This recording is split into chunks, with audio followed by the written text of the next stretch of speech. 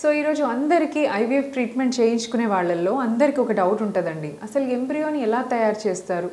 గర్భసంచిలో పెరగాల్సిన embryo, బాడీలో తయారవ్వాల్సిన embryo బయట ఎలా తయారు చేస్తారు? దీంతో ఏమైనా ప్రాబ్లమ్స్ ఉంటాయా? బయట తయారు చేసిన ఎంబ్రియో మనం పెట్టుకోవటం వల్ల ఏమైనా సైడ్ ఎఫెక్ట్స్ ఉంటాయా? బేబీ బాగానే ఉంటుందా అనే డౌట్స్ ఉంటాయన్నమాట. సో దీని గురించి మాట్లాడతానండి. సో జనరలీ ఐవీఎఫ్ ట్రీట్మెంట్ 2 స్టెప్స్లో చేస్తామండి. So the first step is అండాశయంలోంచి మనం ఎగ్స్ పెరగటానికి ఇంజెక్షన్స్ ఇచ్చి ఎగ్స్ని పికప్ చేసుకుంటాం.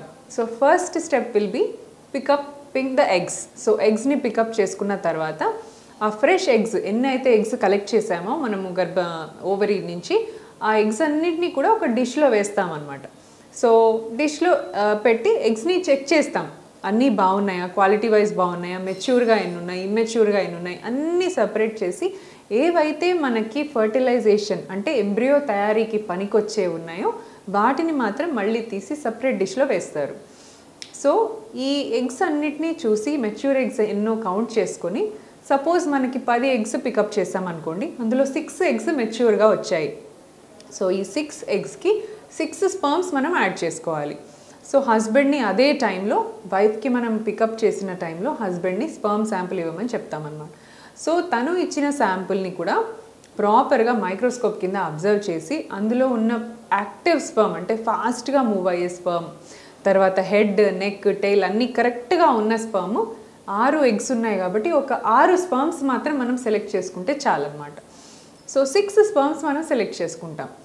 సో ఈ ఎగ్స్ని మైక్రోస్కోప్ కింద పెట్టి చాలా పవర్ఫుల్ మైక్రోస్కోప్ అనమాట. నార్మల్గా మన ఇంట్లో యూజ్ చేసే బైనోక్యులర్స్ అంతా కాదు, చాలా హై మ్యాగ్నిఫికేషన్ ఉంటుంది. మన కంటికి కనపడని వస్తువులు కూడా చాలా మ్యాగ్నిఫైడ్గా కనిపిస్తాయి అన్నమాట. ఇలాంటి మైక్రోస్కోప్ కింద ఎగ్ని పెడతాం.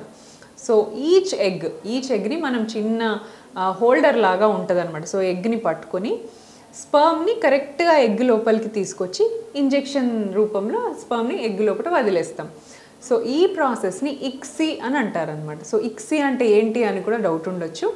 So intracytoplasmic sperm injection. So స్పర్మ్ని ఎగ్ లోపలికి ఇంజెక్ట్ చేసే ప్రాసెస్ని ఇక్సీ అని చెప్తారు.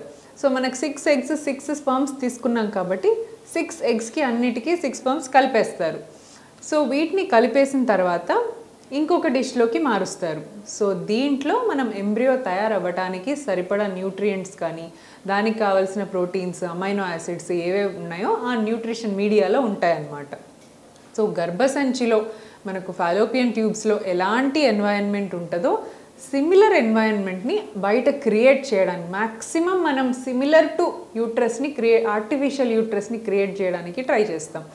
సో అలాగా ఈ డిషెస్లో ఉన్న ఏవైతే ఎగ్స్, స్పర్మ్స్ కలిపిన ఫర్టిలైజ్ అయిన ఎగ్స్ ఉన్నాయో వీటన్నిటిని ఇంక్యుబేటర్లో పెట్టేసి will close the door.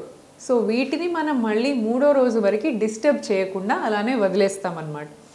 So ఇలా ఎందుకు డిస్టర్బ్ చేయకూడదు అంటే మనం ఎన్నిసార్లు డోర్ ఓపెన్ చేస్తే అన్నిసార్లు బయట నుంచి వచ్చిన ఆక్సిజన్, బయట ఉన్న కార్బన్ డైఆక్సైడ్ పర్సంటేజ్, బయట ఉన్న గాలిలో ఉన్న ఏదైనా చిన్న పొల్యూటెంట్స్ అన్నిటి వల్ల కూడా ఎంబ్రియో తయారీ ఎఫెక్ట్ అయ్యే ఛాన్సెస్ ఉంటాయన్నమాట.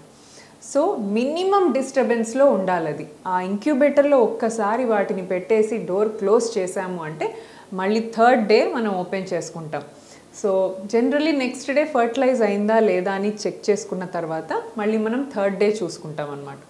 సో ఈ 6 ఎగ్స్లోంచి ఎన్ని ఎంబ్రియోస్ లాగా తయారయ్యాయి అనేది మనం 3rd డే చెక్ చేస్తాం. సో డే 3 ఎంబ్రియోస్ అంటారు వీటిని. సో డే 3కి 6కి 6 మంచిగా డే 3లో తయారయ్యాయి అనుకోండి, it's a very good oocyte and very good sperm. మంచి క్వాలిటీ ఎగ్ స్పర్మ్ వచ్చిన వాళ్ళల్లో ప్రాపర్గా అన్ని ఎంబ్రియోస్ కూడా మారిపోతాయి. అండ్ పర్ఫెక్ట్ ల్యాబ్ కండిషన్స్ కూడా ఉండాలి. దానికి temperature, carbon dioxide percentage, oxygen percentage అన్నీ పర్ఫెక్ట్గా మెయింటైన్ అయిన ల్యాబ్లో ఎంబ్రియోస్ చాలా బ్యూటిఫుల్గా తయారవుతాయండి. సో ఈ డే 3 ఎంబ్రియోస్ని మనం మళ్ళీ ఇంకొక 2 డేస్ మళ్ళీ ఇంక్యుబేటర్లో పెట్టి క్లోజ్ చేయాలి. బికాస్ గర్భసంచిలో అతుక్కునే ఎంబ్రియో డే 5 ఎంబ్రియో. సో ఇంకో 2 రోజులు మనం ఇంక్యుబేటర్లో అలానే కంటిన్యూ చేస్తాము. దెన్ డే 5 రోజు మళ్ళీ ఓపెన్ చేస్తామండి. సో ఓపెన్ చేసినప్పుడు అవి అప్పుడు ఇంకా పెద్దగా తయారవుతాయి. ఎంబ్రియోస్ డే 3లో ఉన్నదానికంటే డే 5 ఎంబ్రియోస్ ఇంకా సైజ్ పెద్దదవుతుంది. అండ్ దాని లోపల ఒక చిన్న ఫ్లూయిడ్ ఫిల్డ్ క్యావిటీ కూడా ఉంటుంది అన్నమాట ఎంబ్రియోలో. సో బేసికల్లీ ఒక వాటర్ బబుల్ లాగా కనిపిస్తూ ఉంటుంది మీకు ఆ ఎంబ్రియో. సో ఈ ఎంబ్రియోస్కి అతుక్కునే కెపాసిటీ మ్యాక్సిమం ఉంటుంది అండ్ సక్సెస్ రేట్ కూడా డే 5 ఎంబ్రియోకి చాలా హై ఉంటుంది అన్నమాట. సో ఈ డే 5 ఎంబ్రియోస్ని మనం రెడీ అయిన తర్వాత అప్పుడు అవి తీసి వైఫ్ గర్భాశయంలో ఈ డే 5 ఎంబ్రియోని వేయడం జరుగుతుంది. సో డే 5 దాకా ఎంబ్రియోస్ మన చేతిలోనే ఉంటాయి, మన ల్యాబ్లో ఉంటాయి.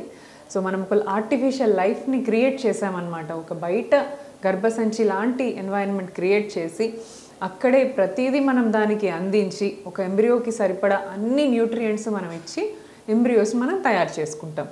సో ఈ తయారైన ఎంబ్రియోకి గ్రేడింగ్ ఉంటుందండి. సో అన్నీ కూడా మంచి క్వాలిటీ ఎంబ్రియోస్ రాకపోవచ్చు. ఇప్పుడు క్లాస్లో అందరూ ఒకటేలాగా చదవరు. ఒకళ్ళకి ఫస్ట్ ర్యాంక్ వస్తుంది, ఒకళ్ళకి సెకండ్ ర్యాంక్ వస్తుంది, ఒకళ్ళకి లాస్ట్ ర్యాంక్ వస్తుంది. అలాగే ఎంబ్రియోస్లో కూడా గ్రేడ్స్ ఉంటాయి. మంచిగా ఫాస్ట్గా గ్రో అయిన ఎంబ్రియో, పర్ఫెక్ట్ సైజ్, షేప్, దాని మార్ఫాలజీ, దాంట్లో ఎన్ని సెల్స్ ఉన్నాయి, దాని లోపల ఏమైనా చిన్న డెబ్రీ ఉందా, ఇవన్నీ కూడా చెక్ చేస్తారు. సో అలా గ్రేడ్ 1, గ్రేడ్ 2 అలా డిఫరెంట్ గ్రేడ్స్ ఉంటాయి. సో బ్లాస్టోసిస్ట్కి కూడా గ్రేడింగ్ ఉంటుంది అనమాట. సో మంచి గ్రేడ్ ఉన్న ఎంబ్రియోస్ ఏవైతే ప్రెగ్నెన్సీని ఇస్తాయో వీటిని మాత్రమే మనం ట్రాన్స్ఫర్ చేసుకుంటాం. బాగా లో గ్రేడ్ ఉండి ఎంబ్రియో సరిగ్గా ఫామ్ అవ్వకుండా సగం స్టేజ్లోనే అరెస్ట్ అయిపోయి ఇలాంటి ఉన్న ఎంబ్రియోస్ని మనం డిస్కార్డ్ చేస్తాం. ఎందుకు అని అంటే ఇవి పెట్టుకున్నా కూడా ప్రెగ్నెన్సీ ఛాన్స్ ఉండదు. సో గుడ్ గ్రేడ్ ఉన్న ఎంబ్రియోస్ని ఫ్రీజ్ చేసి వీటిని మాత్రమే మనం ట్రాన్స్ఫర్కి యూజ్ చేస్తాం.